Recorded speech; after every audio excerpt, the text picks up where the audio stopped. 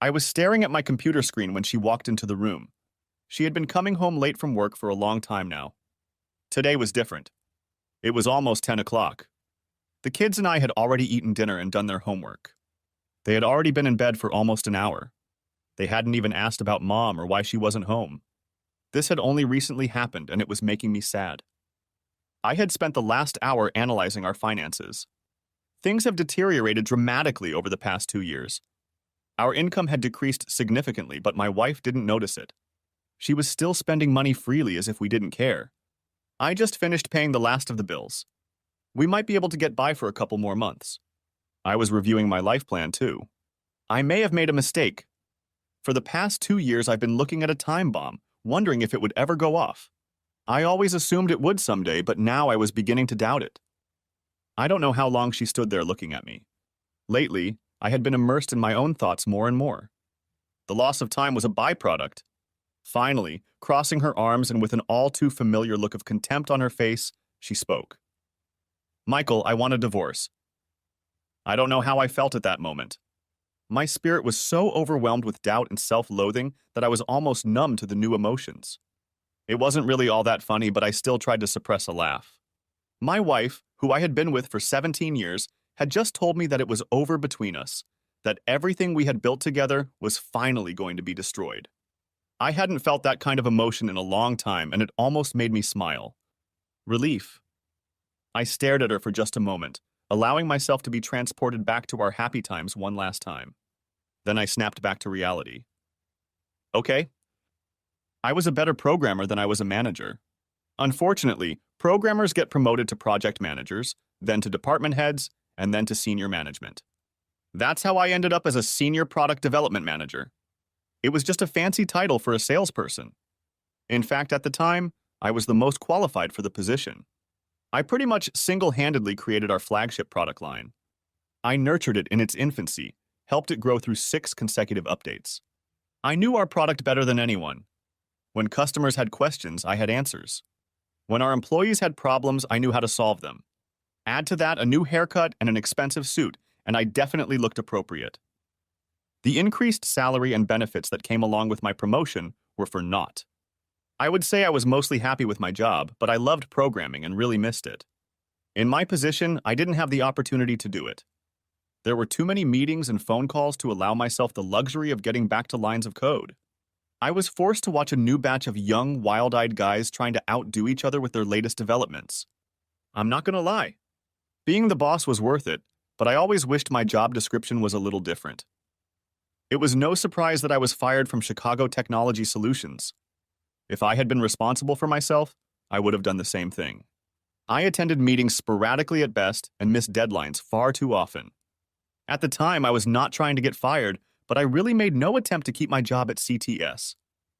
I was depressed for a long time. It took me almost 3 months to get out of my initial depressed state and try to move forward. But even that proved to be a miserable failure. It took another month to find a way out of the predicament I was in, at least one that I could live with. I think I would have lost my mind if I didn't have kids. They had a flawless routine that helped me get my life back on a positive track. Breakfast, school, noon, afternoon snack, homework, dinner, bed. Breakfast, school, noon, homework, dinner, bed. This was my mantra, and it helped me find my way. I dove headfirst into my work to be a stay-at-home dad. I took over all the household and cab duties. The kids genuinely enjoyed my presence in the house. It allowed me to realize that I had some value. I wasn't completely worthless. If my wife sensed this change in our family dynamic, she never spoke of it. I'm pretty sure she didn't even notice it. I met Jennifer Riley at a fraternity party. I had almost decided not to go. I joined the fraternity for the doors it would open after graduation, not to attend parties while I was in school. I figured I would need all the help I could get. My grades were excellent, so that wasn't a concern. However, everything else about me was just average. Height, weight, looks, personality. Average. My name, Michael, was the most popular name from 1961 to 1988. Totally average. Honestly, when I was away from the computer, there was nothing so unique about me. Dates? I had a few. Relationships? Well, not that many. Even in my senior year of college, I was pretty good at keeping myself company. Until I met Jennifer Riley. Jennifer was almost as average as I was. I realized that the average woman looked a lot better. She was a little withdrawn. I watched her for quite a while before I worked up the courage to talk to her. Our first meeting was short and quiet, but the acquaintance was made. Over the next few weeks, we met for coffee and studied together at the library. Before our first real date, we socialized for almost 2 months. From that point on, it was the most fantastic time of my life. 15 years of bliss. Our courtship was short, and our engagement was even shorter. Shortly after graduation, we were married and settled into our first apartment in Chicago. We rode the same train morning and evening to and from our first job. We were barely making ends meet, but we were together. We had almost everything in common. Family histories, dating experiences, common interests and goals. Where we didn't match, we matched. If I wasn't good at something, Jennifer made it happen. If she had a flaw, it was one of my strengths. I was better at managing our joint finances. Jennifer was better at managing our social and family schedules. We worked together, and our lives quickly began to get better. Over the next few years, we were both promoted several times. Our group of friends expanded considerably. We were able to save up money to buy our first home while still traveling and having fun. Our relationship progressed slowly. The first one lasted until the night of our engagement. Jennifer quit her job after 8 years when our son Jacob was born. A little over a year later, our daughter Emily came along. Yes, I know their names were the most popular when they were born. It was kind of a family tradition. We bought a 3-bedroom house in the suburbs that had room for a dog. We bought a family sedan and a minivan. All in all, our life was working out pretty well. 2 kids, a pet, a house, and 2 cars. A perfectly average life. I didn't think I could be any happier. I was wrong. My promotion to manager came shortly after Emily's first birthday. Afterward, I felt like I had been rewarded for years of being ignored as one of the average masses and not complaining. Like I said, my new salary was nothing to sneeze at, and we didn't. I had a flexible schedule, working from home most of the day, traveling to the office for staff and management meetings. They say money can't buy happiness. I believe that to be true. But what you can buy is stylish clothes and grooming, better health care, a new home in a better neighborhood, and self-confidence. I went from average to just above average.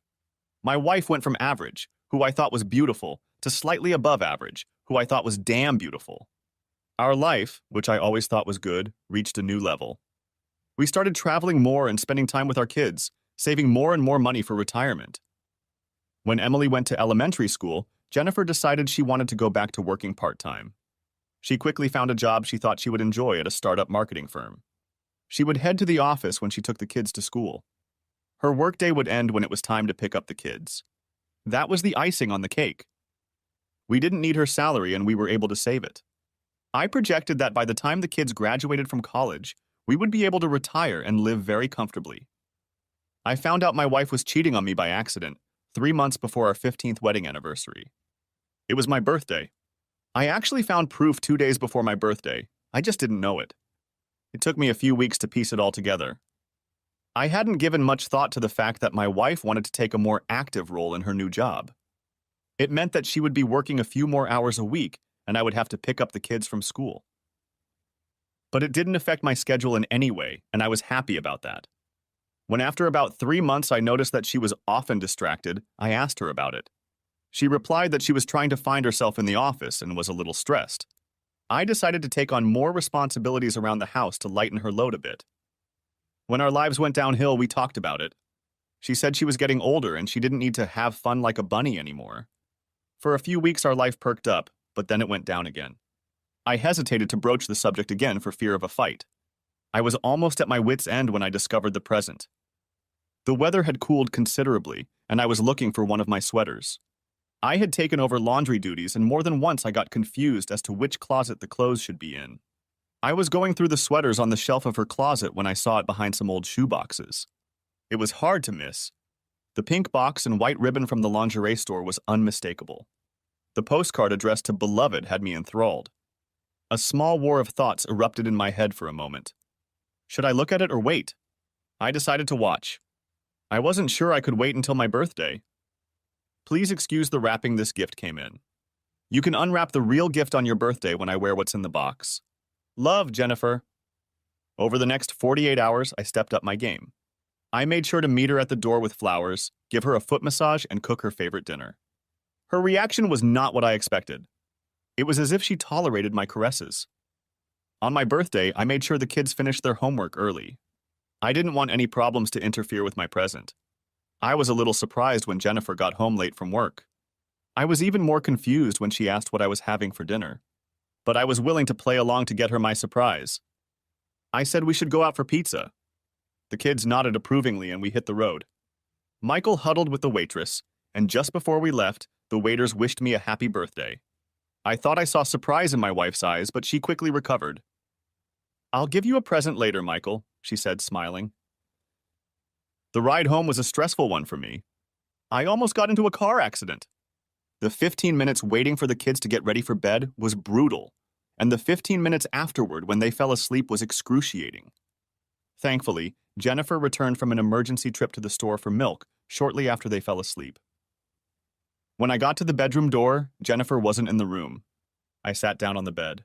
A few minutes later, she came out of the bathroom wearing a flannel nightgown, no makeup on her face, and her hair gathered in a ponytail. By now, I was starting to get frustrated with the games. When was I going to get my present? She slid into bed and climbed under the covers. She reached up to turn off the bedroom lamp, but stopped. "Oh, I almost forgot." She opened the nightstand drawer and pulled out a small square box wrapped in the colorful balloon paper we'd used at Michael's last birthday party and held it out to me. "Happy birthday, darling." And that was the end of it. She rolled over onto her back, turned off the light, and fell asleep. I was too shocked to even open her present. The next day, I became depressed. I replayed the events of the day over and over in my head and couldn't figure out what I had done that had so obviously ruined our evening. I was at a complete loss. For almost 2 weeks, I had been wallowing in my own despair. That damn present was practically flashing me a pink light, heralding my failure. I've heard all the cliches. The husband is the last to know and so on. I have to be honest and admit that I really was in the dark. The thought of Jennifer cheating on me was so foreign that I never once considered the possibility. But it was the first thing that came to my mind when she called home 13 days after my birthday to let me know she'd be home late. "It's Alan's 30th birthday, and the staff is going out to celebrate. I might be late."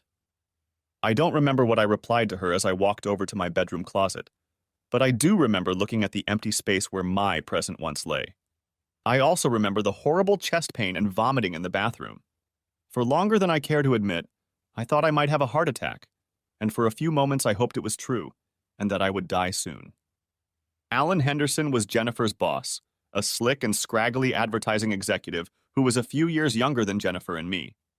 I'd only met him once, but I remember not liking him very much, mostly because he seemed so insincere when he spoke. It was Emily who brought me to my senses. "Are you okay, Daddy?" It took a few seconds before my gaze focused on my daughter, who hovered over me on the verge of tears. "I'm fine, sweetie. Daddy just ate something his stomach didn't like. I'll be out in a minute. I just need to clean myself up." I eventually managed to get out of the bathroom, though I don't remember much afterward. I only remember grabbing my dusty bottle of scotch. Judging by the headache the next morning, I knew I'd had a few drinks. I had no idea when Jennifer got home. When I found her in the kitchen feeding the kids that morning, she didn't look like anything unusual had happened. She was just going about her usual business. It was only the slight shudder I saw on her face when she sat down to eat that killed any remaining love in me. It was very subtle, but it was so true. I wish I had written about how I stood up to my cheating wife. But I didn't. I was just devastated. It was all I could do to move. And for weeks, I didn't get better. I was like a zombie. Every day that I realized that my wife was sitting at home carefree, I got worse and worse. I felt like I had hit rock bottom. It wasn't until my 15th wedding anniversary that I shook myself up and decided to take action. I probably wouldn't have done anything. I was being a wimp. I knew that. I wish I could say I was in shock. There is probably some technical psychological terminology to my behavior. If my father were alive, he would simply say that I was acting like a wuss. And he would have been right. It wasn't until my wife announced that she had to go to a work conference that the fog lifted from my thoughts. She would be gone during our anniversary. I don't know why that mattered to me. It was just another level of disrespect. But it hurt me. mostly because she hadn't made it clear in any way that she even knew about the date. After drinking myself into oblivion the night of our anniversary, I woke up angry. I'd reached my limit. I called my lawyer and made an appointment. I was going to end this farce. I was sure my life couldn't get any worse. I was wrong. The attitude I walked into the lawyer's office with was replaced with crushing disbelief. I knew divorce could be difficult. I thought my wife's adultery would work in my favor. Instead, the lawyer was punching hole after hole in my case. I didn't have any evidence of cheating. If I had proof, it wouldn't have mattered. My wife would have been entitled to a 50-50th split of our assets. I had no proof that my wife was a bad parent. Joint custody would have been the best hope. The income difference also worked in my wife's favor. I would pay spousal maintenance and alimony.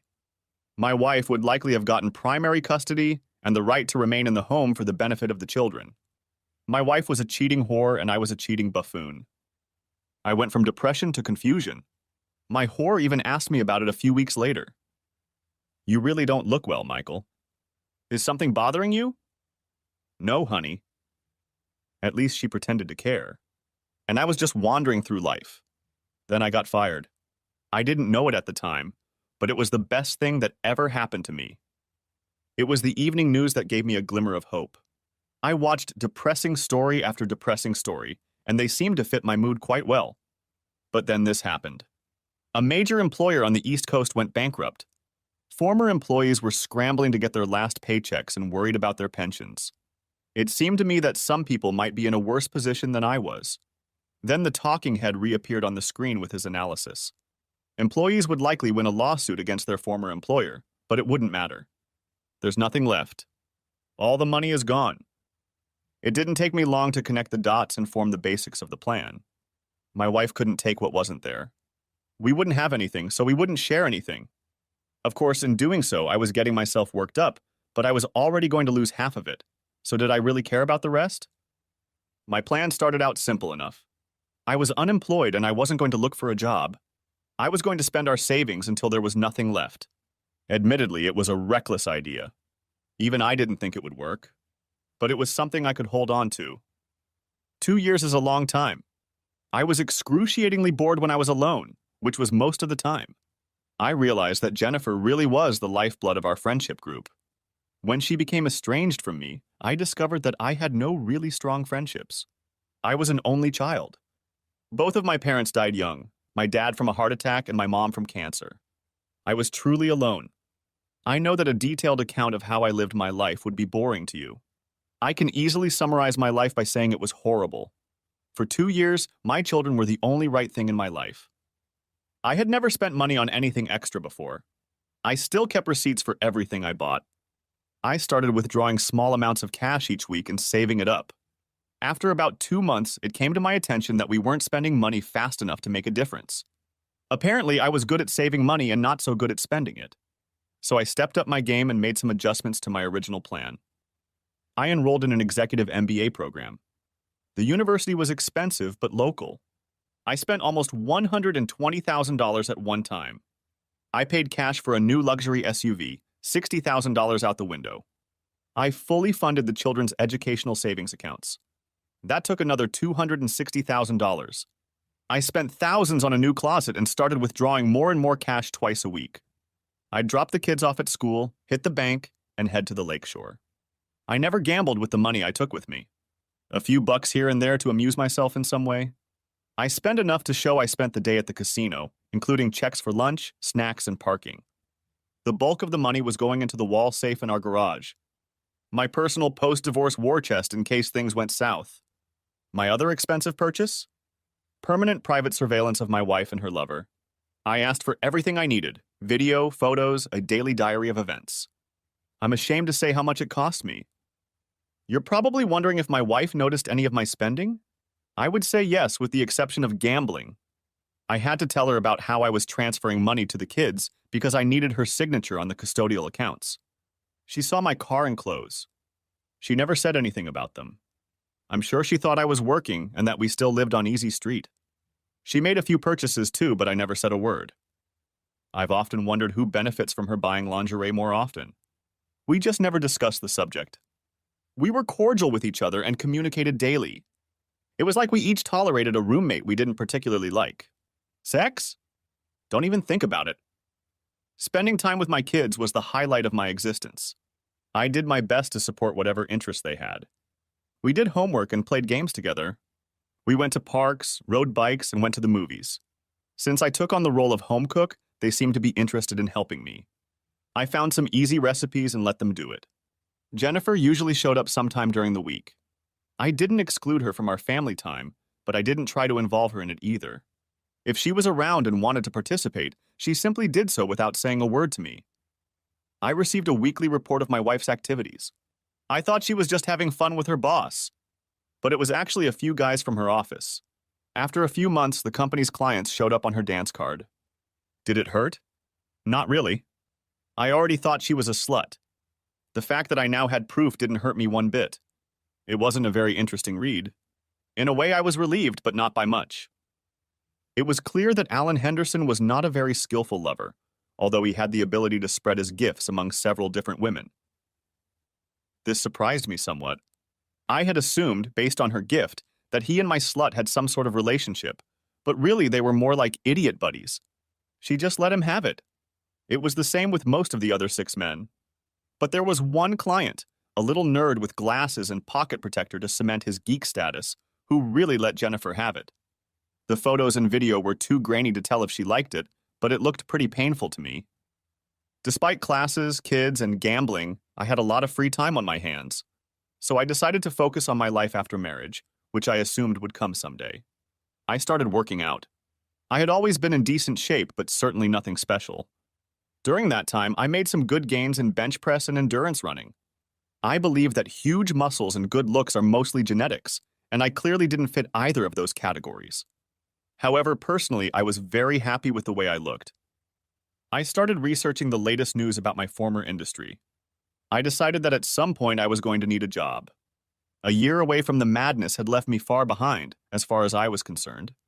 I spent several hours each day learning about the latest technology and software packages. I was particularly interested in my old company CTS. They seemed to be stagnant. They were definitely not losing market share. Their revenues were stable, but they were not gaining momentum. In the technology business, if you stand still, you lose. I also spent a significant amount of time studying divorce. Some of my time was spent devising new cunning plans to ruin my hopefully soon-to-be ex-wife's life. Most of my time, however, has been spent studying how divorce affects children. I had already gone through most of my pain, and the kids played a big part in that. I wanted to make sure that when their transition came, I would be fully prepared. There is a lot of information out there that I thought was complete nonsense. It was another 8 months into my adventure when I started to panic. My wife started coming home at regular times. She started talking to me and asking me how my day was. I answered curtly, of course, but she didn't seem to be embarrassed by that. She began to dress more defiantly for bed. It seemed like she was trying to revive the intimacy of our former life. A few weeks later, things got even worse. For a year and a half, she had not been involved in our relationship and was minding her own business. Now she was complaining about the lack of communication. She started talking about working on our marriage, and I stopped talking to her. Complete silence. Her attempts at reconciliation continued until her birthday. I left her gift on the dining room table. The wrapping paper should have looked familiar to me, since I had used it for the last gift she had given me. The contents shouldn't have been a surprise either. 6 months passed before I opened the last present I received from my wife for my birthday. It was a watch with a cheap digital dial. When I spotted my birthday gift in the impulse buying section of our neighborhood convenience store, I was pretty pissed. A $9.95 watch from a convenience store. Goddamn bitch. When I saw they had a matching women's model, I calmed down. I bought them and waited 18 months to give them to her. I wish I could have seen her reaction, but alas, I wasn't around when she opened them. The kids and I had an emergency movie night and got home pretty late. She was gone before the kids, and I even got up the next day. Suddenly, everything was back to normal. Jennifer started staying at the office more and more often. We barely spoke when she was home. And finally, she said, "Michael, I want a divorce." I hoped she'd get it over with quickly, but it took almost a week before I was handed her application. It was almost laughable. Spousal and child support, unequal distribution of property in her favor, mental and emotional abuse listed as relevant factors. I waited until the following Monday before taking the kids camping. I didn't want them around when I let the hounds out. We returned 6 days later, rested and refreshed. Jennifer was waiting for us at home. She was sitting alone in the living room. I think she might have had the stomach flu. At any rate, she didn't look well. I wondered what detail was the biggest surprise to me. I had filed for divorce on grounds of adultery. I asked for the house, the only real property we had left, and full custody of the children. I asked for spousal and child support because I was unemployed and had 2 years of full-time childcare. I filed attachment alienation lawsuits against Jennifer's 7 partners. I was under no illusions that I would win any of them, but Illinois law allowed me to do so, so I came back armed. I filed civil suits against her employer and the companies of the 3 clients who were taking advantage of my wife's prostitute status. Again, I didn't think I could win, but the notoriety might have worked in my favor. Finally, I sent a DVD of Jennifer's greatest hits to her parents and best friend so she would know I wasn't afraid to take advantage of it. She needed to know about the evidence I had against her. It was all listed in my countersuit, but I didn't want to take any chances. The children had a snack and went to their rooms to get ready for bed. They paid no attention to their mother. She made no move to address them. I walked over to the refrigerator to grab a beer. Then I made my way to the living room and sank into the chair across from Jennifer. She didn't look at me for a long time. I was just enjoying my beer. Besides not feeling well, she seemed to be crying about something. Maybe she was hurt? Eventually she spoke, but almost in a whisper. "You're going to ruin me." I waited for her to look up to see the look in her eyes when I answered. It took a few seconds. God, I hope so. I thought this moment would be more intense. When a single tear appeared in her eye and rolled down her cheek, I felt nothing. "Do you hate me that much?" "Oh no, Jennifer. I don't hate you. Hating takes effort. I can honestly say that I put in absolutely no effort when it comes to you. All my effort goes into taking care of me and my children. But I'm your wife." "Stop. I'm not going to let a piece of shit like you sully my wife's good name. My wife was a loving and caring woman, my best friend, my partner, and the mother of my children. She's dead. And you're the whore who took over her body. Don't talk like you have anything to do with me." It was a long time before she spoke again. "What am I supposed to do now?" Is that a rhetorical question, or do you really want my answer? I didn't let her answer before continuing. "I suppose there are several options to solve your predicament. You could go far, far away and try to start a new life. That would be the option I would choose. I will never let my kids spend any meaningful time with you, so it shouldn't affect your decision to leave in any way. Or I suppose you could try staying here. Hang around town, try to keep your head up. But who knows who'll hear about your little exploits or who'll want to hire a damn whore like you. Maybe you'll get attached to some loser who doesn't care that you're a whore. But what kind of loser would that be? Or you could kill yourself. I really hope you don't choose that option. It would deprive me of watching you suffer like the bitch you are. But then again, I'm not sure my opinion matters to a bitch like you. It certainly didn't matter when you decided to start having fun with your boss. I'd been dreaming of giving this speech for months. I should have been excited about the opportunity to give it. Watching word by word as whatever was left of her spirit crumbled, I hoped I'd get some satisfaction. But instead, I felt an emptiness. Life after the divorce has been ambiguous. Things were going much better with the lawsuits than I had hoped. I received a little over $1 million in compensation from 3 companies whose employees slept with my wife. This was surprising because my lawyer told me not to expect much. During the post-match analysis, we decided that after he dealt with my ex-wife's company, they wouldn't want to engage in negative publicity. We destroyed my ex-wife's company through discovery motions, depositions, and leaks to the press. I also started my own covert campaign, emailing the CEOs of their remaining clients with information about my wife, her boss, and their buddies. Do you really want to be in bed with this company when the shit hits the fan? It took a while, but gradually their revenue dried up. Employees who didn't want to be associated with the scandal quit. Eventually, they filed for bankruptcy.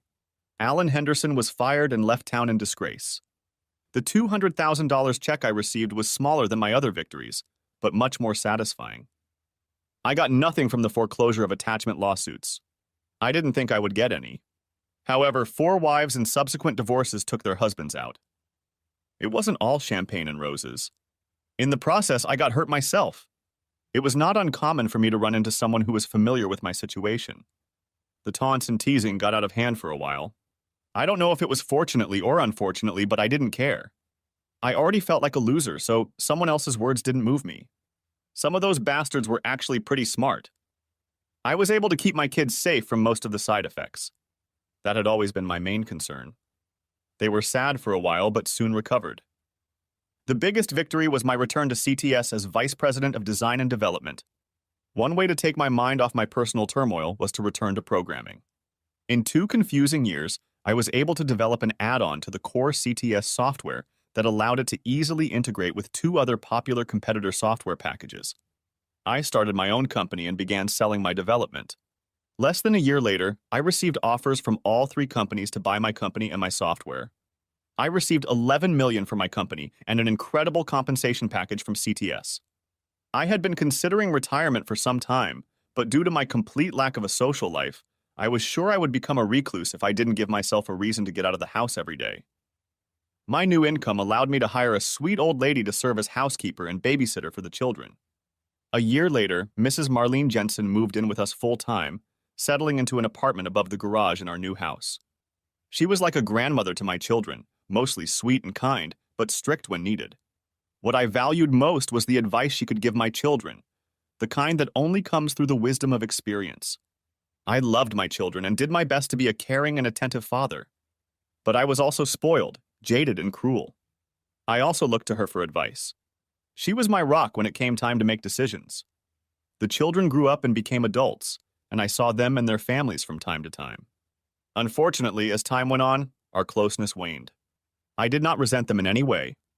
It was better to keep me at a distance so that my bitterness would not affect their lives. Mrs. Jensen worked for me until the kids went off to college. Then she retired. I offered her free room and board as a pension. She was a constant presence in my life for 15 years. She tried her best to get me to live again and find someone to share my life with. I appreciated her efforts, but eventually she died knowing that I would always be alone. I never opened up to anyone else. My friendships were shallow and not fulfilling. I never went on dates except for a few group dinners organized by random friends. I developed a well-deserved reputation as an icy, ruthless bastard who was not to be crossed. For the most part, I was shunned, and I blamed no one but myself for that. My ever-growing wealth allowed me to maintain a constant rotation of call girls. I paid generously for their time. Mostly, I just sent them out the door. But there was one I really liked. Her name was Candy. Later, I found out it was actually Mary Beth. I guess I was more than just a customer to her, too. But I could never burden someone else with my demons, so when I felt she was getting too attached to me, I cut her loose. If you're wondering what happened to Jennifer, she had a hard life. She tried to talk to me for almost a year. I don't know why she tried. Did she think we could reconcile, or was she hoping for a relationship with my children? Maybe. I gave her fair warning, but she didn't listen. She tried to stay in Chicago, and I started following her. When she applied for jobs, I made sure her employment history was always in plain sight. When she started dating, which was almost immediately, I sent packages to her potential partners with information about the woman they were letting into their lives. I didn't care if they wanted to keep her around after they learned the truth, but I didn't want her to be able to twist history by ignoring it. I had to live with it every day, so it was only fair that she had to as well. Like I said, my ex-wife continued a constant campaign of unanswered phone calls, emails I never read or responded to, and always kept my email inbox full. I think some sick part of me wanted her to suffer for a while at least. I suppose early on it would have been appropriate to seek professional help. Perhaps it would have saved some part of my soul and allowed me to get back on track. But in the end, I never went, and as time went on, it began to feel like it was too late to do anything about it. I could have changed my phone number, but I didn't. The assistant could have sorted my mail, but I always did it myself. I could have blocked her incoming emails. That would have prevented me from accidentally opening one of them. It was a stream of apologies that meant nothing. Of course, the situation was out of control. She had always loved me. Hadn't she suffered enough? I responded with a gift and a simple note. I bought lingerie from her favorite store and carefully wrapped it in a sheer white ribbon that really accentuated the pink of the box. I enclosed a beautifully handwritten note. I'm sure she appreciated the symmetry when she opened the card addressed to Bitch. I hope she understood the meaning of my words. I thought the inscription, "Go screw you," was a pretty clear indication. Actually, there was a rougher expression there, but I'll be polite to you. One of her potential suitors was trying to hold me accountable for tormenting my ex-wife. He showed up on my doorstep, full of liquid courage, shoved me back and knocked me off my feet as I opened the front door. It was his mistake. As I've said before, I'm nothing special. I had no martial arts or special forces training. I was just a regular guy. I was never violent. Hell, I'd never even been in a fight. But what I did have was rage, undiluted, unspent hatred for my wife and her lovers. He was the unfortunate recipient of my exit. I ended up with a nice bump and a broken rib. He was lucky to be alive. He pleaded guilty to misdemeanor assault and trespassing and got probation as a first-time offender. I think the years of reconstructive surgery and rehabilitation made a bigger impression on him. Jennifer never tried to contact me again. I stopped following her after another year, when she found a steady job cleaning rooms at a traveling hotel in a town about 700 miles away in the backwoods of Virginia. The only time I saw her was 16 years later at my daughter's wedding. I know that the children met Jennifer again a few years after graduating from college. I made no attempt to stop them from finding her. The years have not been kind to her. She had gained at least 20 pounds, had deep wrinkles around her lips, and other signs of smoking. This was a new phenomenon. Overall, she looked old and haggard. But underneath it all, I still saw the woman I had given my heart to. I felt nothing for her, but I saw her. She was sitting alone in the bridal church near the back wall. Her interaction with my daughter was brief, cordial, but detached. She made no attempt to speak to me. For the rest of the evening, we never came within 30 feet of each other. She was standing outside waiting for a cab. When I saw the ring on her finger, I smiled for the first time in a long time. Maybe she had it better than I did, judging by the small gold ring and the paltry diamond on the ring finger of her left hand. I walked over to her and stared at it for a few moments. When I raised my head and met her eyes, a deep sadness was read in her gaze. "By the way, you ruined my life first." I looked at her left hand, then back into her eyes. "I'm glad you found someone. I hope he makes you happy." I walked quickly to my car. My driver was already waiting attentively for me. "Good evening, Mr. Smith. I hope you had a pleasant evening, sir. Are we going to the club?" "It went as well as I could have hoped, Jonathan. Let's go straight back to the house. I think I should like to be alone tonight." "Of course, sir." As we pulled away, I tried my best not to look back, but I caught a brief glimpse of her. Goodbye. Michael Smith was not a handsome man. There was nothing remarkable about him at first glance. But he was very sweet, nice to look at, and smart. And he was different from other guys. Our first meeting happened on probably the worst night of my college life. My sorority sisters dumped me in the middle of a frat party. They promised that we would stick together all night, but jumped at the first chance to fool around with someone in the popular crowd. I waited for them for 2 hours while a bunch of drunk assholes hit on me when he finally approached me. Michael looked straight into my eyes. He politely introduced himself and made small talk for a few moments. He spoke almost in a whisper, but his eyes never left mine. After a while, he left. "It was a pleasure talking to you, Jennifer. I'd like to take you out for coffee sometime. Here's my name and phone number if you're interested. Thank you for talking to me. It was the highlight of my semester."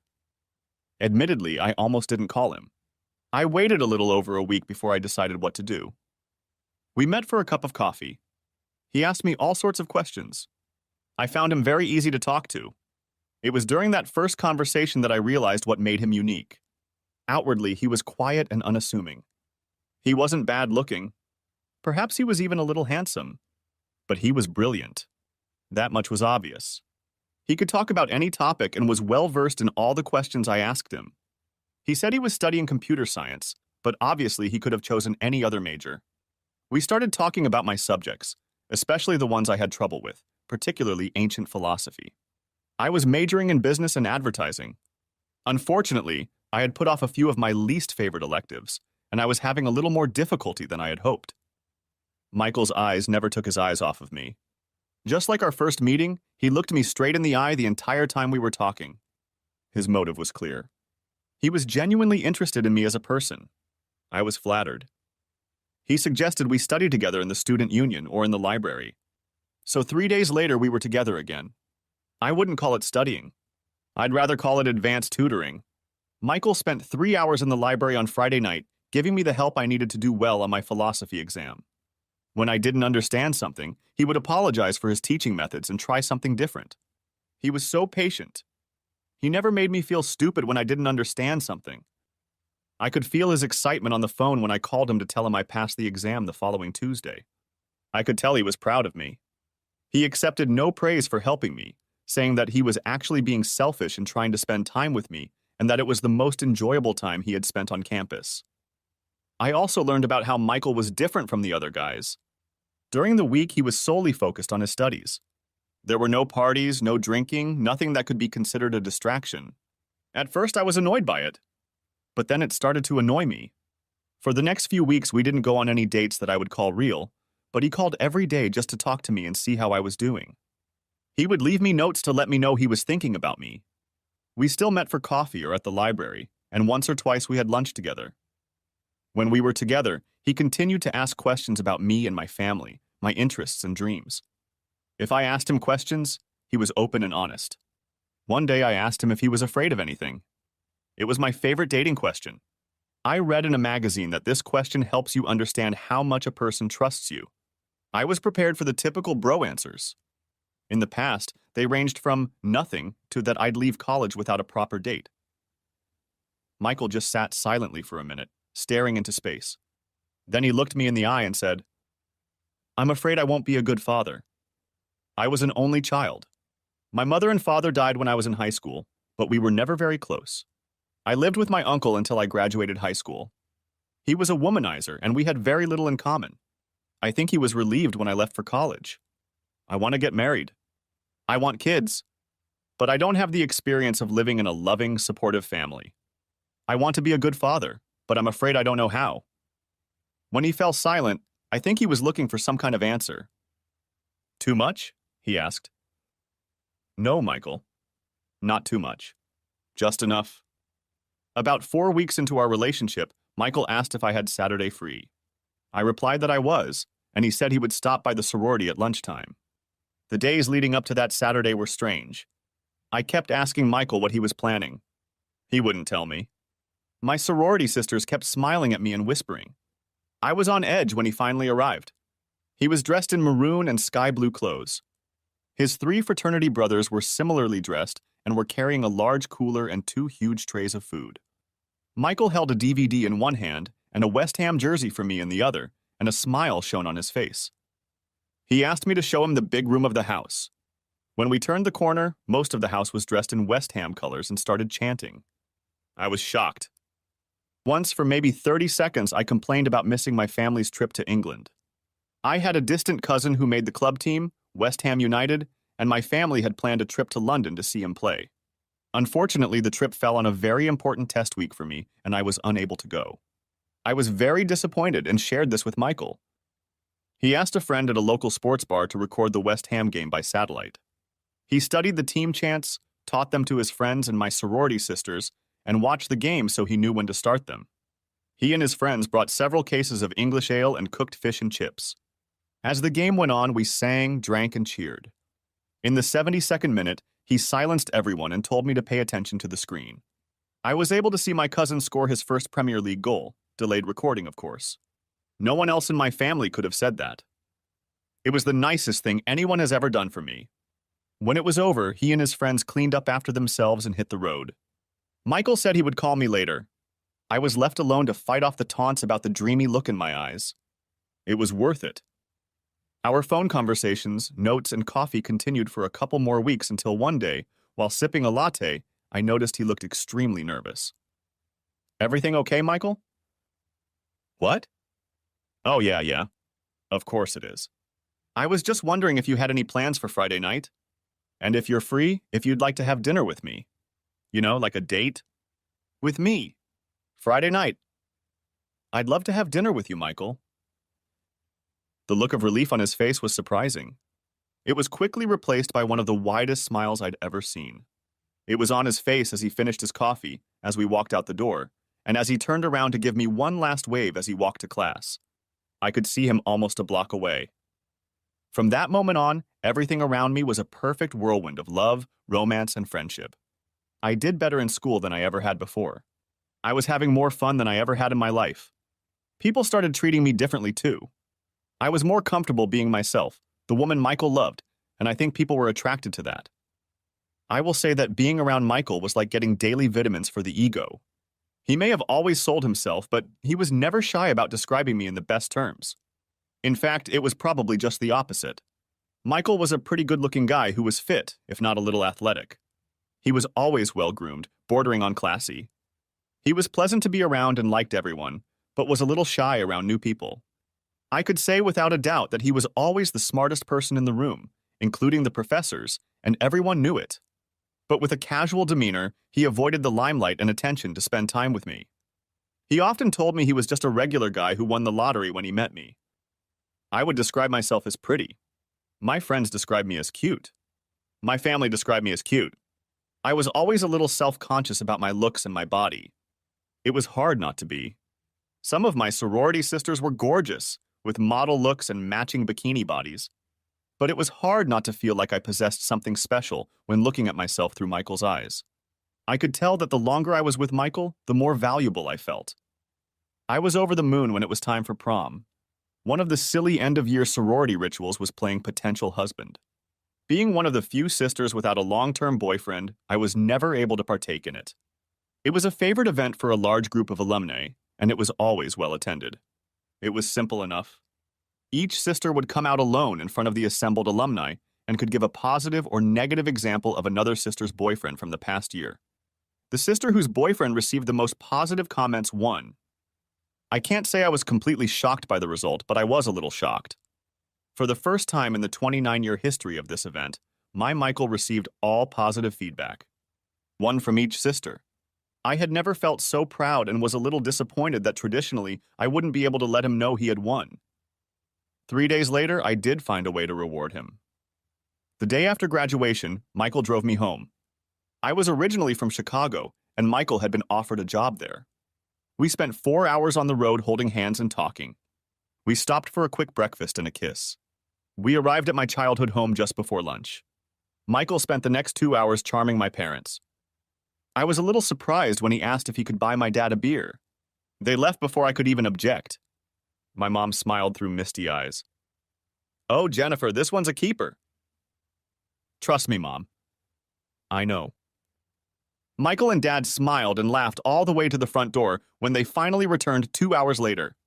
Michael told me he'd be back to pick me up for dinner after he checked into the hotel, said a quick goodbye to my parents, and left. Last thing he told me was that he had asked my father for permission to marry me. That night I'll never forget. It was magical. After a wonderfully romantic Italian dinner, Michael proposed to me on the deck of Willis Tower. It was a beautiful, clear evening, and the lights of the Chicago skyline almost matched the glow in my heart. Being a virgin in college always caused mild embarrassment. I'm sure I was the only sister from the sorority left in the house. But that night it was a precious gift, part of the matching set. Michael gave himself to me that night. I could feel it. He was patient, loving, and tender. I couldn't have dreamed of a more perfect contact. I asked him where he'd learned to be such a fantastic lover. "Modest as ever," he whispered. I read, "Very much." Our life was damn near perfect. Right after graduation, Michael landed a good job. He was constantly being promoted, and I was happier than ever. I don't want to say that these years understate their importance to me. I can't find the words to express how happy I was in our first decade together. I wouldn't be able to describe how having children added to my life.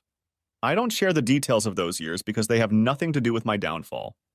In fact, telling you about those years would only confuse you about the motivations that led to my fall. I know what my mistakes, no, better said mistakes. I know why I fell. I didn't trust Michael enough. What I loved most about Michael was that he never hid his vulnerability from me. He shared his whole being with me, and more importantly, his insecurities. He never hid from me. For a long time, I had nothing to hide. My life was a fairy tale. My family was wonderful. Michael never treated me any differently than a full partner. I was involved in every decision that affected our lives. It didn't matter that he made 5 times as much as me or had a better handle on our finances. He always looked to me for advice and approval. Mostly it made me feel special, but sometimes I felt inadequate, like I wasn't holding up my end of the bargain. I never shared this with Michael. If I had shared it, I never would have ruined my life.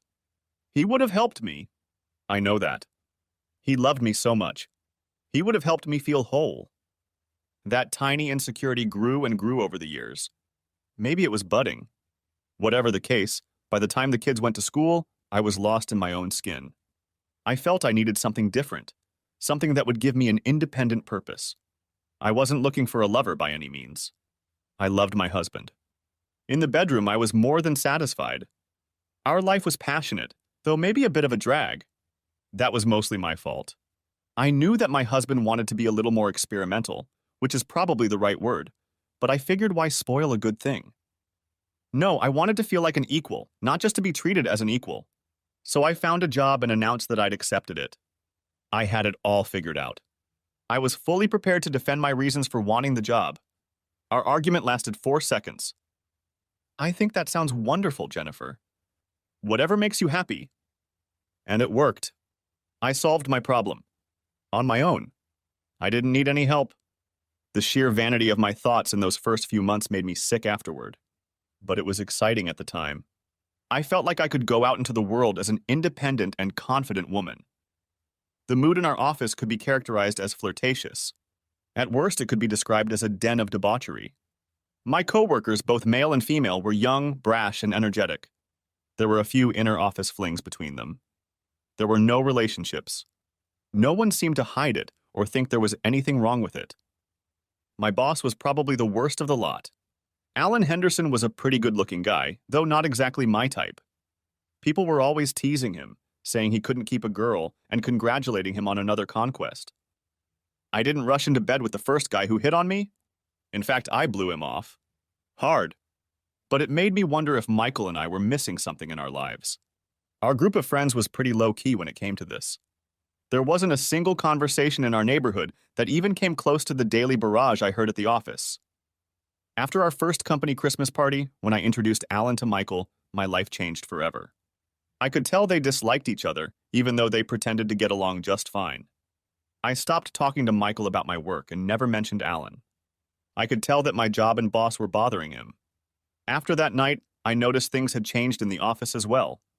Alan started paying a lot of attention to me, praising my work in public and asking how I was feeling.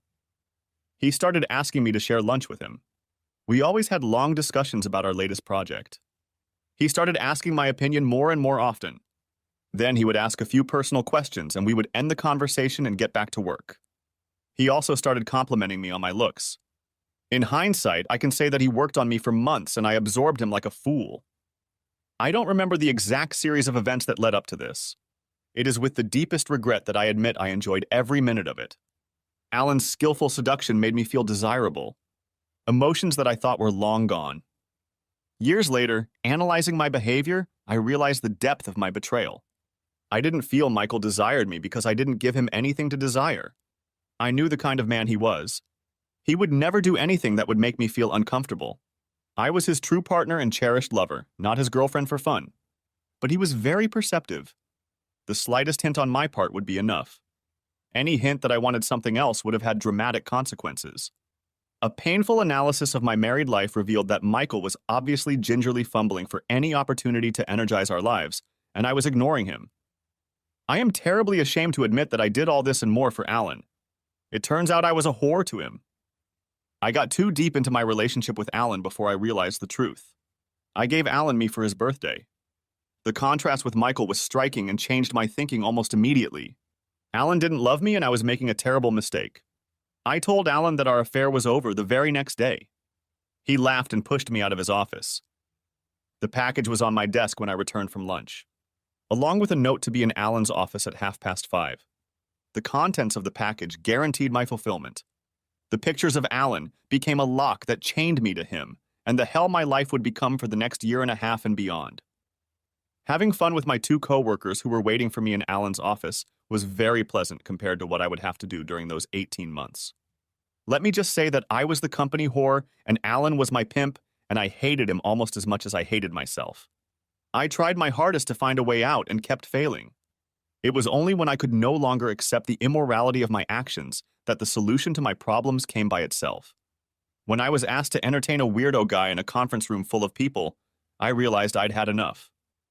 I had found the solution that had eluded me for so long. Courage. I told Alan I'd had enough, and I didn't care who he showed the pictures to. He just laughed and it was over. I felt so stupid. I have to say that when I woke up from my nightmare, I was surprised at the state of our house. Michael and the kids seemed to be doing just fine without me. In the back of my mind, I thought they would have a hard time facing life under the kind of neglect I had imposed on them. But it turned out to be exactly the opposite. It seemed as if I wasn't needed at all. Michael was clearly on top of things. He had a new car, new clothes, and looked like a successful executive. I felt terrible when I realized how long I had neglected my family. I decided right then and there that I would rededicate my life to them and do everything I could to make amends for my betrayal. But a distance had formed between us that had never been there before. I often wondered how long it had lasted. Michael never raised his voice to me. We never fought, but he treated me like an intruder.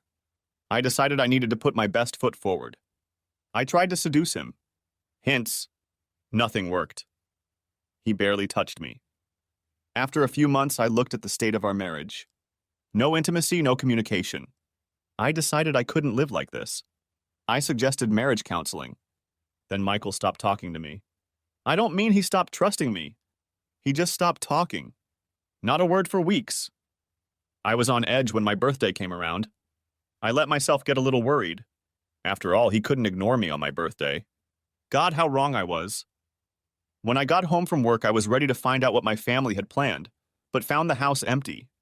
The only thing on the dining room table was a small wrapped box. I realized what it was before I even opened it. A few years earlier, I had forgotten Michael's birthday. In a panic, I found an inexpensive watch at a store on a nearby street. I intended to rectify my oversight later, but I never did and eventually forgot about it. My gift was a mistake, but his gift was calculated. By the time I went to bed, I was furious. Keeping the kids away from me on my birthday was just cruel. I couldn't believe he had done that to me. And the gift. That was out of line. I should have realized something was terribly wrong. The symbolism should have been enough. Michael was not an evil man. He was the most gentle, caring, and loving person I had ever met. If I hadn't been so clouded with anger over that damned gift, I could have saved my marriage. If I had confessed my sins and asked for forgiveness, maybe there would have been hope for me. Unfortunately, at that point, I stopped thinking about working on my marriage and started thinking about divorce. I was sad, but I was determined. It took me a few weeks to work out all the details with my attorney. I told her about how Michael was aloof and even abusive, how he kept the kids away from me, how he ignored my request to go to counseling, how he stopped talking to me. My attorney pounced on my comments. She said I would be well compensated. We went over the claim. I felt I was doing what was fair, but standing up for what I needed to live a normal life. All that was left was to deliver the bad news. I stood silently in the doorway of the den and looked at the man who had once been my husband, my other half. He looked like the same man, but it wasn't him. Finally, I had had enough. Michael, I want a divorce. There was a long silence, but I didn't see any emotion on his face. I thought he smiled, but he was probably just in shock. He must have been, because his reaction wasn't what I expected. No yelling, no questions. Okay? And that was it. The following Friday, he was served with my divorce petition. That weekend, Michael was in a better mood. But if he tried to correct his recent behavior, it was too late. I was in no mood for reconciliation. He even said goodbye to me at the door as I left for work Monday morning. Too little, too late, I thought. When I got to the office, I realized there was a big problem, but I had no idea what it was. My boss, the president of the company, and our corporate lawyer were bickering in the conference room. Fists full of papers were being waved around. I was so busy watching the hysteria that I didn't notice the man waiting for me near my workstation. He caught me off guard when he spoke. Jennifer Smith? Yes. You're being served. The man handed me a massive envelope, took my picture, and left. I didn't even get a chance to sit down, let alone look at the contents of the envelope. As soon as the man left, the security guard and the human resources manager stood in front of me. Mrs. Smith? You are suspended pending an investigation on charges of inappropriate behavior in the workplace. Please gather your personal belongings and leave the building, she said.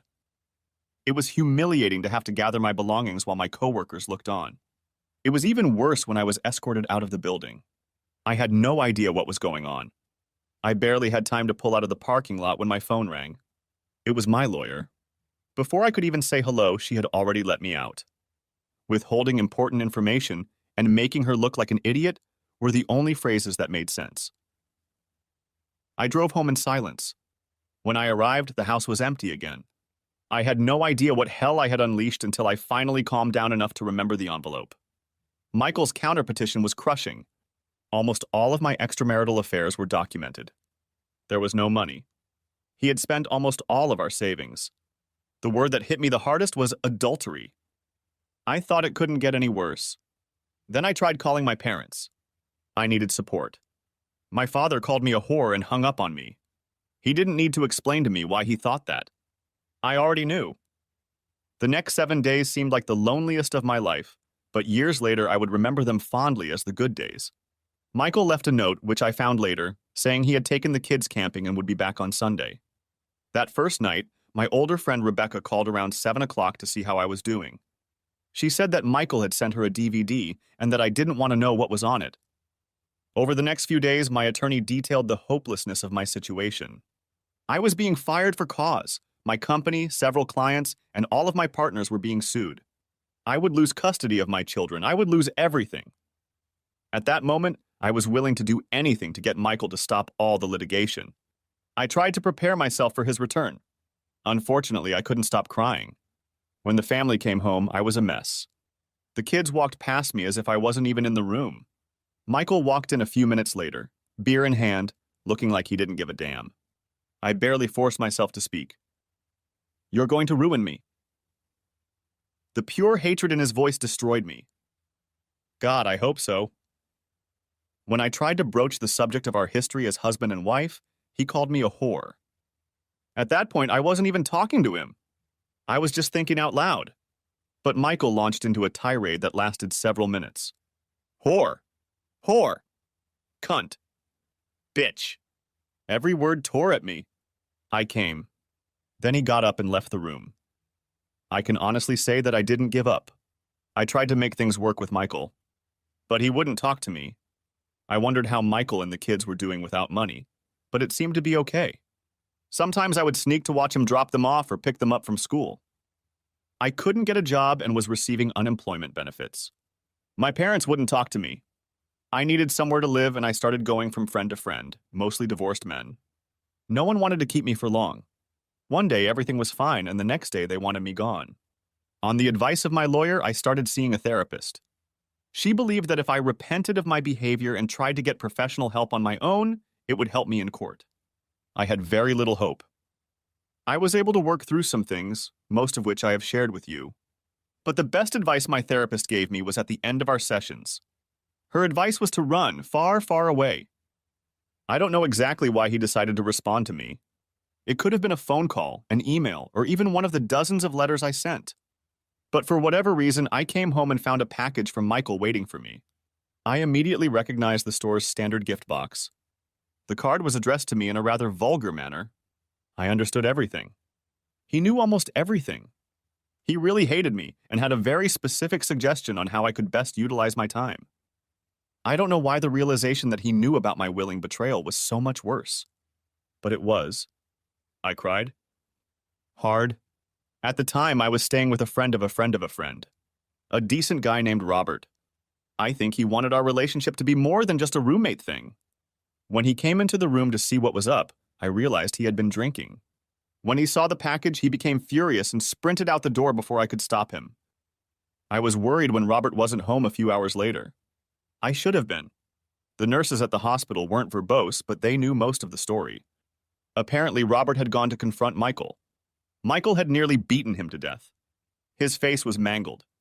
He had a concussion, several internal injuries, and a shattered left hip. I was terrified. My problems were now infecting those around me. At my next session, I told this story to my therapist. She started asking me questions about Michael. I told her everything I knew. He was an only child. He had no family. He was orphaned when he was a teenager. I told her about our young love, his devotion to me and the children. I told her about his actions during the 2 years when he should have known about my infidelity and subsequent behavior. And I told her about what Michael had done to Robert. When I finished, she looked terrified. You have to run as far away from here as you can. Leave him alone. Don't call him. Don't write to him. Don't let him know where you are. There is no hope of reconciliation. Don't even try. Move on. If you push him, the most likely outcome is that he will kill you. Your actions have clearly broken a man with a fragile grip on sanity. He's endured disappointment after disappointment all his life. He will never forgive you. He will never forget. Run! And I ran. I ran away from the memories of my perfect life to a shitty college town in Virginia, where I found an even shittier job. A few years later, I found a man who could tolerate me and ignore my past. The best thing I can say about him is that he didn't smell or hit me. There was no love between us, just a friendly relationship. I'm sure that was part of my punishment. My children contacted me when they were older, just to say hello and let me know they were alive and knew I was too. They never asked to see me or play any meaningful role in their lives. Michael thrived without me. I followed his news as much as I could. He was always a superstar in the software industry and had the vast fortune to prove it. There was hardly anything written about his personal life. I saw him one more time at my daughter's wedding. I was surprised that I was invited. He looked amazing. He looked like the man who owned my heart and whom I had betrayed. I'll admit, I was a little startled when he approached me for his final gloat. For the record, you ruined my life first. He stared at my pathetic wedding ring. At that moment, I regretted never wearing it on my finger. I'm glad you found someone. I hope he makes you happy. And then he was gone. Thanks for watching. I hope you enjoyed it. So subscribe to my channel and watch the next video. Alright, everyone's presentations are done. Nick, the manager, said as he tried to move the discussion forward. Excuse me, I haven't. I recently found out something. Nick interrupted me and began to speak. There's apparently someone in this department who didn't graduate high school and is just a part-timer. Meetings should be for employees only. Absolutely right. His lackey, Mike, of course, agreed with Nick. I'm leaving. After leaving the meeting room, I started to shut down my computer. I noticed that an email had arrived, not in my personal inbox, but in the company's shared email. Thinking, there's no point in speaking up, no one will listen, I went home quietly. The next day, I heard a commotion from Nick's desk. He was staring at his computer screen, his face pale. Nick? Is something wrong? Mike looked at the screen with him. And he turned even paler than Nick. Why is he so angry? Knowing the reason for Mike's distress, I thought to myself, serves them right. My name is Adam. My mother passed away when I was in the 9th grade, and I was raised by my father. Well, you could hardly call it being raised. After my mother passed, my father changed. He drowned his sorrows in alcohol, and though he still went to work, he squandered our living expenses on horse racing. Because of that, I had to start working part-time as soon as I entered high school. Every month, I went to the convenience store with bills in hand that couldn't be auto-deducted from my father's account. Even though I endured it because I didn't want to be alone, I reached my limit in my 2nd year of high school and dropped out. I found a live-in job at a distant inn. Thank you for everything. The day I left home, my father, still staring at the TV, spoke. Take care. That was our last conversation. Back then, 18 wasn't the age of majority, so I needed my father's permission to work, and I couldn't hide my place of employment. Yet, my father never visited me even once.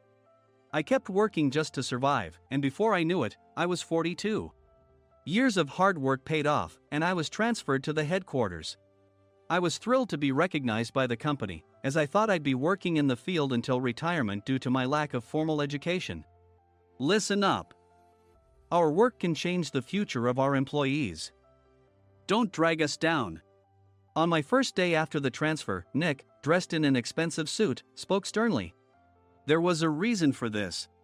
Our inn was located in a prominent tourist destination, known so well that everyone in the state could sing its commercial jingle. At its peak, we had 5 locations within the state. But that was long ago. Due to financial difficulties and aging facilities, only the place where I had worked for many years and the original establishment remained. I was prepared to lose my job anytime, but now there was a glimmer of hope. With the rise of social media, the tourist area where the inn was located started gaining attention again. Depending on how hard the sales department, where I was transferred, worked, we could either thrive or be forced to give up this prime location to the new hotel chains continuously popping up. For Nick, who had switched careers from another industry to strengthen our sales, this was a battle he couldn't afford to lose. I understood why he had to be strict. "I will do my best." Nick sneered at my enthusiastic declaration. "Did you not hear what I said?" "I'm sorry." I thought I was listening carefully. Out of habit from years of customer service, I apologized reflexively, though I had no idea what had offended him. Someone was watching me with a smirk. In this department, there are those who are expected to excel and those who have been shoved here because they have nowhere else to go. You are the latter. It was Mike, the section chief. He's 7 years younger, at 35. But he was called to headquarters much earlier than I was and had been moving around within the headquarters ever since. I'm not jealous, but I can't accept that he's my boss. Graduating from a prestigious university, he has an unusually high pride and caused many problems as a newbie, making things very difficult for me when I was the front desk leader. When I found out Mike was transferred to the sales department a month before me, I was disheartened. Mike is right. With just a middle school diploma, there's not much you can do. Don't even think about achieving results. As if I didn't exist, Nick remarked, "I'm thirsty." Mike eagerly ran to the coffee maker. It seems Mike is Nick's lackey. I regretted being happy about my transfer to headquarters, wishing I had stayed on site forever. Send a direct mail to every company on this list by the end of the day. Nick only assigned me tasks that even a new graduate could handle. What? There are over 1,000 companies. You want me to send to all of them by today? Yes, if you and your fellow misfits split the work, even those with nowhere else to go should finish by today. I glanced at the employees typing away expressionlessly. They were worn out from customer service, only thinking about leaving on time, or were women reassigned after having children, with zero motivation for work. Even Sam, a new graduate from the same university as Mike, who was supposed to be among the expected achievers, had no enthusiasm for the job, having joined the company wanting to do customer service. "I don't care what they say, I plan to quit anytime," he said. Only Nick and Mike were highly motivated, making all the decisions between the two of them. I originally only wanted to work at the inn to survive and had no particular attachment to this job. I swallowed my words, thinking I had no right to reprimand them. About a month after the transfer, Nick told us with a frustrated look. "To commemorate the 50th anniversary, we've decided to create a plan exclusive for one group per day. Originally, Mike and I were supposed to come up with it, but our president, Mr. Thompson, insists on hearing everyone's opinions. So, you all get a chance." As Nick explained, Mike began handing out prints. Make sure not to embarrass Nick. If your ideas are half-baked, you'll have to redo them. It seemed that they had printed his handwritten notes by Mr. Thompson, which included several questions and a section for free responses. It made sense why Nick had to seek our input, given that all responses had to be submitted to Mr. Thompson. We were given a week to think about it, and a meeting was scheduled to compile our ideas. My plan is to let guests enjoy both the old and modern America. Nick began the presentations. Guests would watch a master confectioner at a nearby traditional sweet shop make sweets in front of them. The welcome drink would be premium tea in a bottle. Nick's plan was certainly attractive. After his presentation, Nick called on us to present in the order we were seated. Just as I stood up for my turn. "All right, everyone's presentations are done." "Excuse me, I haven't. I recently found out something." Nick interrupted me. "There's someone in this department who didn't graduate high school and is just a part-timer." He was likely talking about me. I joined the company as a part-timer and was made a full-time employee when I turned 20. That was 20 years ago, so Nick and Mike probably had no chance to know until recently. Meetings should be for employees only. Absolutely right. After that, Nick kept creating opportunities to solicit everyone's opinions, purposefully excluding me from speaking. The meeting unexpectedly heated up and went past the scheduled end time. A few people asked to leave, and the discussion continued with the remaining few. Still here? Normally, you'd leave in that situation. Though I had no attachment to the job initially, hearing kind words from customers made me want to make them happier. For someone like me, with nowhere to go, the inn was my home and customer service was my life. I felt pathetic about my current self. I'm leaving. I left the conference room and started shutting down my computer. I noticed an email had arrived, not in my personal inbox, but in the company's shared email. Thinking no one would listen to what I had to say anyway, I quietly went home. The next day, while preparing the DM as instructed, I heard a commotion from Nick's desk. In his haste to stand up, he hit his knee on the desk. He stared at his computer screen, his face pale. "Nick? What's wrong?" Mike, thinking he should be the first to rush over, approached Nick while still wearing his coat. He peered at the screen with Nick. And he turned even paler than Nick. Why is he so angry? Who is responsible for this company?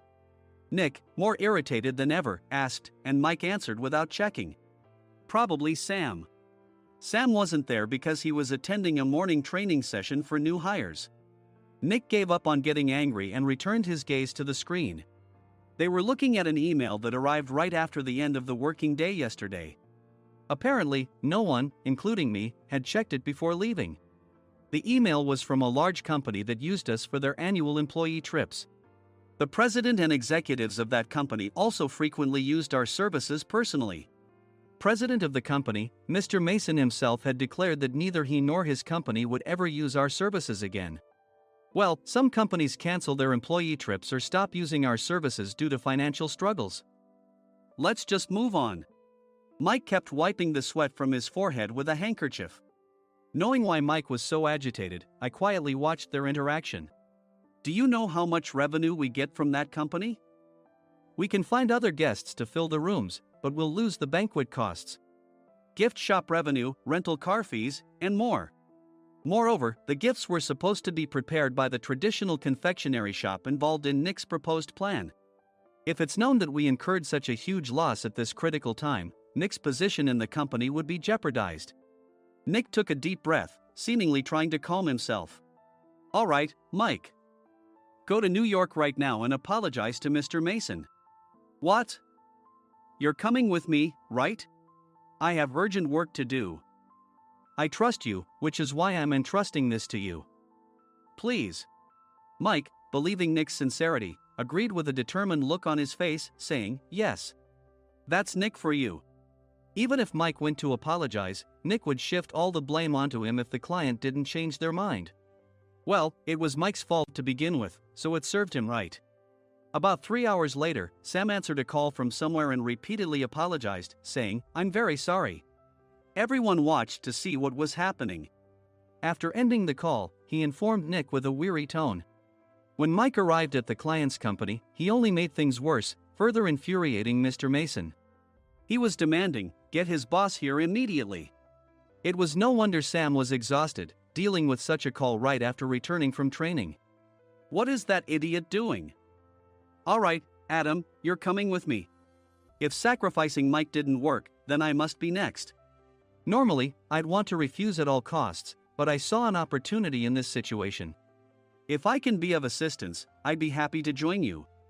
I immediately followed Nick, and we flew to New York. When we introduced ourselves at the reception, it became clear how serious the situation was. As the receptionist personally escorted us to the president's office. Angry voices leaked through the door, making both Nick and me uneasy. Excuse me. I'm Nick, the supervisor. I understand my subordinate has caused you trouble, and I deeply apologize. Nick, with his experience in the corporate world, knew enough to offer an apology before excuses. However, his customer service skills left much to be desired. I sighed as I saw Mike trembling like a small dog in the corner of the room. What kind of training are you giving your subordinates? Mr. Mason glared at Nick with a red face. The intensity of his gaze made even Nick take a step back. Regrettably, I joined this company only 2 years ago and was unaware of Mike's issues. I should have identified his shortcomings sooner. Indeed. I should have realized sooner. No sensible person would come to apologize and then give a lengthy presentation on the drawbacks of not using their in. Nick froze, his mouth slightly open. Suspecting the worst, I picked up the documents that had fallen to the floor. It seemed Mike hastily prepared these documents on the plane, listing the disadvantages. Disadvantage 1: if you change the venue for the company trip, employees might suspect it's for cost-cutting reasons, leading to a negative impression. Reading it aloud half-jokingly, Nick snatched the papers from my hand and checked the contents with a furious expression. Among the stack of documents was a receipt from a nearby convenience store's copy machine. I felt a pang of dread, hoping he hadn't shown the receipt as well. What do you think he said when I asked what kind of nerve he had to do this? I'm very sorry.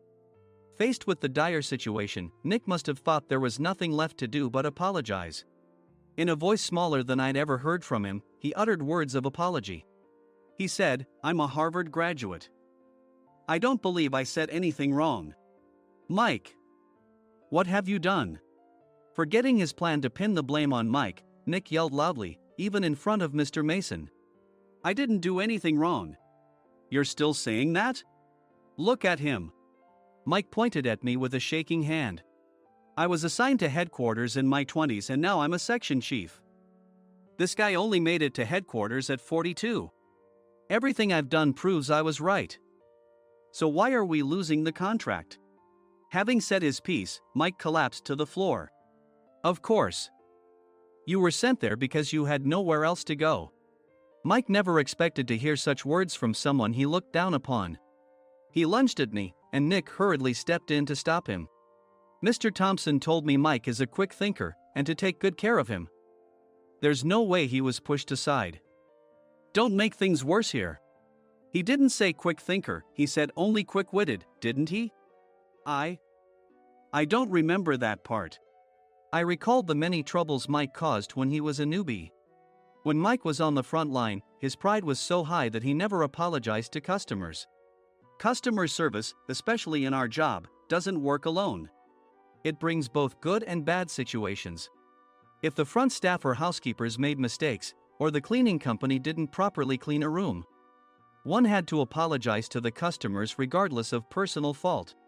Mike, in such situations, would never apologize, insisting he wasn't at fault. This often angered customers, and as the front desk leader, I frequently had to apologize on his behalf. He caused complaints and disrupted operations, which is why he was quickly moved to headquarters. In departments where he didn't interact directly with customers, his quick thinking was beneficial and things went well.